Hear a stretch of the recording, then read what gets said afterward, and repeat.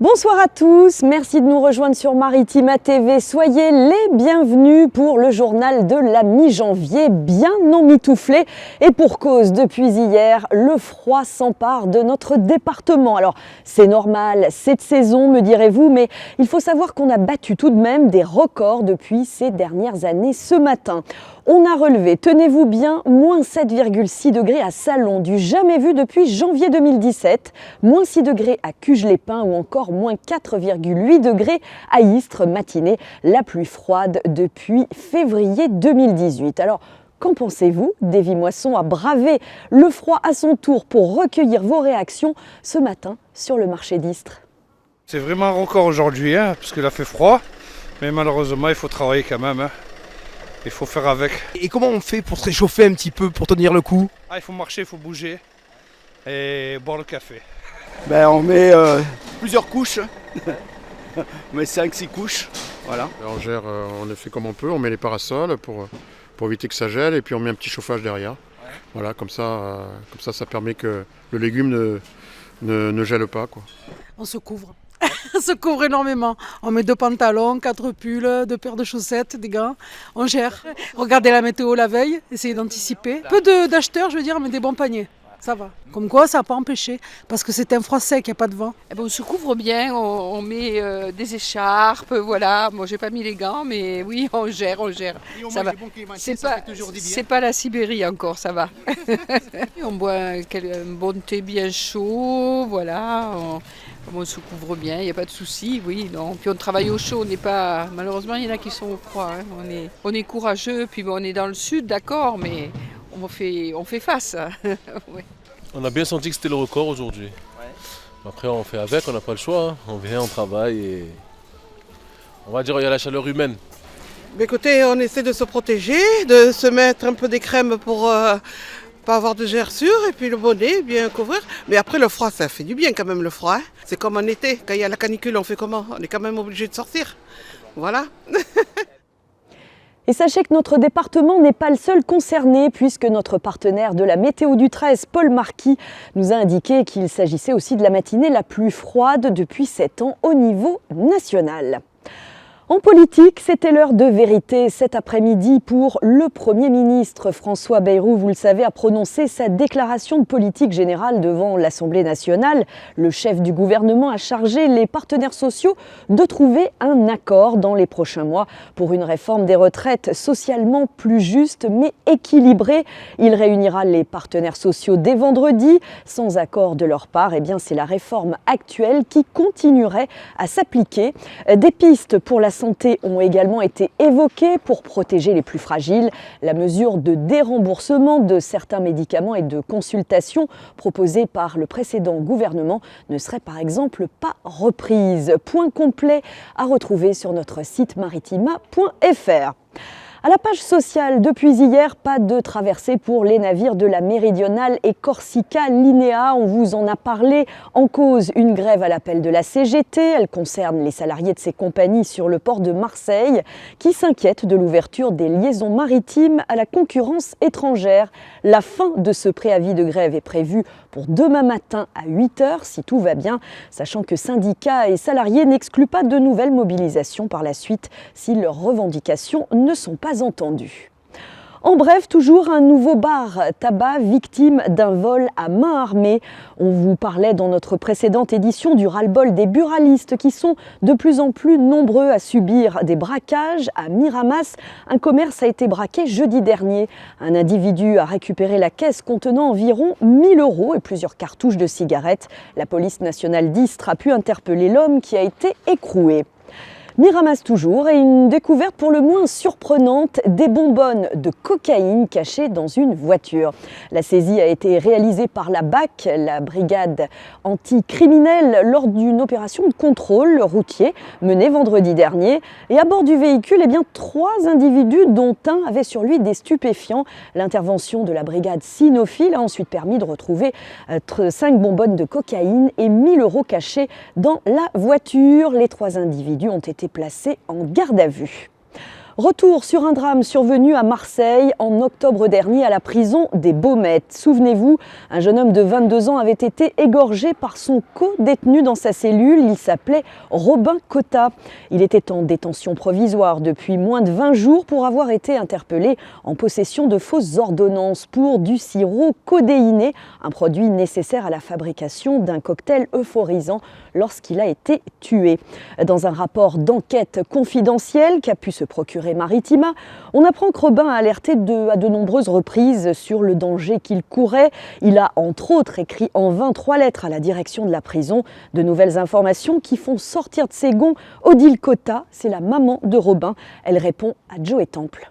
Presque j'en veux pas aux tueurs de mon fils, j'en veux à ceux qui ont laissé faire ça. J'ai passé le cap de l'assassin, c'était un taré total. Ils ont mis mon fils avec ce gaga, ce type complètement... je préfère même pas le voir pour vous dire. Par contre, ceux qui ont donné accès à ce qu'il a fait, là oui, je suis en colère. On a laissé un assassin, en fait, il le savait très bien que c'était un fou furieux. On a laissé mon fils et on l'a laissé, il a supplié, il a demandé au secours de l'aide, on l'a jamais aidé. C'est tout ce que j'ai à dire. C'est le pire, c'est ça. Il a hurlé, tout le monde a entendu, il a hurlé. Pourquoi vous avez laissé faire? C'était pas un assassinat, c'est une mise à mort, quoi. C'est pas possible. Et pour plus d'informations sur les dernières actualités concernant cette affaire, rendez-vous évidemment sur notre site maritima.fr. Vie des communes à présent. Depuis hier, la municipalité de Saint-Mitre-les-Remparts lance non sans fierté les travaux d'une vaste opération de rénovation du cœur de village. Au programme, plantation d'arbres, requalification de la voirie, renouvellement des réseaux vétustes et aménagement urbain. Un chantier qui vise à améliorer le cadre de vie des habitants, comme augmenter l'attractivité touristique de ce village patrimonial. Je vous propose d'écouter le reportage de Rémi Reponti au son du clocher. Premier signe de ce vaste chantier, Sébastien Manchon, canalisateur pour le réseau d'eau potable, déroule des tubes le long des maisons de la place de l'église. Ça c'est l'eau temporaire, le temps qu'on fasse le chantier. Et après on va recreuser sur l'ancienne conduite, on va couper l'eau et on creuse sur l'ancienne conduite pour ralimenter tous les gens. À 2 pas sur la place Neuve, le maire de Saint-Mitre-les-Remparts, Vincent Goyer, explique ce grand projet qui lui tient à cœur depuis des années. D'abord, il faut remettre des arbres sur la place du village. Remettre des arbres parce que ça rend le côté plus agréable, mais ça fait aussi baisser en température durant l'été. Donc il faut qu'on ait une place qui soit agréable toute l'année. Il faut aussi qu'on travaille sur les mobilités et donc sur les revêtements. On va travailler sur un plein pied. Un plein pied, c'est-à-dire que d'un bout à l'autre de la place, là où aujourd'hui on a plusieurs niveaux, plusieurs marches, eh bien on va travailler à remettre de plein pied avec une pente douce. Et cette pente douce, c'est aussi ce qui va nous permettre de gérer les enjeux pluviaux. C'est l'ensemble du dispositif qui est repensé. Et comme on essaye de bien faire les choses et qu'on n'a pas envie de réouvrir les voies après coup, eh bien avant que nous on démarre nos travaux, on a sollicité la régie des eaux et c'est la régie qui commence aujourd'hui ces travaux avec la réfection générale des réseaux en intramuros. Patron du PMU situé sur la place Neuve, Cédric est enthousiaste sur le projet mais appréhende les nuisances liées au chantier. Je suis très inquiet pour la période des travaux parce qu'on devait attaquer novembre-décembre. Là, je vois qu'on est janvier, on n'a toujours pas attaqué. Et ma période de boom, elle se déroule entre avril et septembre parce que j'ai la terrasse sur la place Neuve. Donc c'est vrai que je suis un petit peu inquiet à ce sujet-là. Pour informer les habitants, une réunion publique d'information sur les travaux est organisée par la mairie de Saint-Mitre-les-Remparts le jeudi 16 janvier à 18h dans la salle du conseil municipal. Un chantier d'importance, vous l'aurez compris, d'un budget global d'1 600 000 €. Il faudra faire preuve bien sûr de patience, mais ça vaut le coup pour valoriser ce beau village de Saint-Mitre. Tiens, j'en profite pour vous annoncer que la cérémonie des vœux à la population saint-mitréenne aura lieu le 28 janvier à la Manard. Allez, on passe au sport avec du football. Place à la Coupe de France ce soir pour l'Olympique de Marseille au Vélodrome face à Lille. Les Olympiens voudront évidemment décrocher leur ticket pour les huitièmes de finale. Mais attention, cette équipe lilloise est difficile à battre, invaincue depuis le mois de septembre. L'OM devra donc être solide et pour le capitaine Léo Balerdi, cette coupe est un objectif. Il faudra sortir un gros match devant les supporters marseillais. Écoutez-le au micro de Karim Attab. Et oui, la Coupe de France, c'est un objectif, bien évidemment. Et il fait très longtemps que l'homme ne le gagne pas, 35 ans, non? Et pour nous, oui, apporter un titre cette saison, ça sera bien. Et plus la Coupe de France. Et aussi, c'est un match très, très joli de jouer, parce que Lille, c'est une grande équipe. Et je pense que le dernier match qu'on a joué au Vélodrome, c'était magnifique. Et après, oui, on a la chance de le jouer ici avec notre supporter. Et j'espère que le stade ça va être plein, parce que ça nous aide beaucoup. Et oui, ça va être un match très très joli. OM Lille, c'est ce soir, le coup d'envoi sera donné à 21h10 au stade Vélodrome, donc un match à suivre en direct et en intégralité sur Maritima avec les commentaires de Karim Attab et Jacques Bail. En handball, tandis que l'équipe de France démarre ce soir le mondial face au Qatar en Croatie, Istres accueille une nouvelle recrue. Istres Provence Handball a annoncé hier soir la signature de Robin Dourte. Formé au PSG, l'actuel pivot de Cournon rejoindra les rangs provençaux à partir du 1er juillet. Ce joueur de 26 ans, 2,07 m et 120 kg a signé un contrat de 3 ans. Le club istréen, actuellement en pleine trêve hivernale, reprendra son championnat le 14 février à Saint-Raphaël, IPH qui est dans la zone de relégation de la Liqui Moly Star League. Bonne nouvelle pour les minots qui aiment l'eau. L'ancienne marina olympique, véritable symbole des JO à Marseille, est désormais accessible aux scolaires. Le maire de Marseille, Benoît Payan, en avait fait l'annonce vendredi dernier lors de ses vœux à la presse. Les explications de Bérénice Vazac.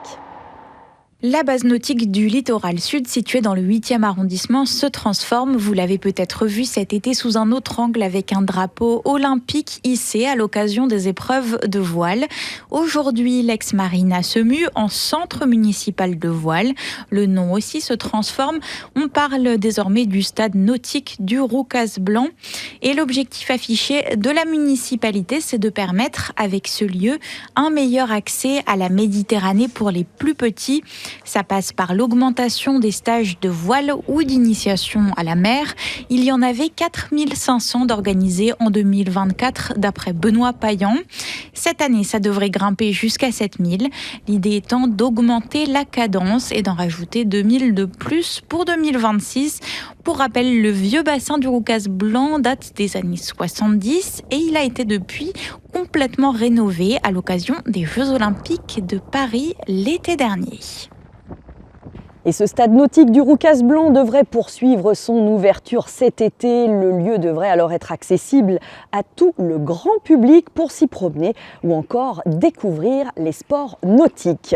Et pourquoi pas aspirer un jour à participer à de grandes courses autour du monde en solitaire comme Charlie Dalin, vainqueur de la 10e édition du Vendée Globe. Le skipper normand de 40 ans, en tête depuis de longues semaines, a achevé ce matin cette grande course en 64 jours. 19h22, 49 secondes pour être très précis. Il pulvérise ainsi de plus de 9 jours le temps de référence du parcours. Chapeau. Eh bien, c'est sur ce beau coucher de soleil avec Port de Bouc en fond qu'on vous souhaite une très très belle soirée sur Maritima et on vous dit à demain pour de prochaines infos.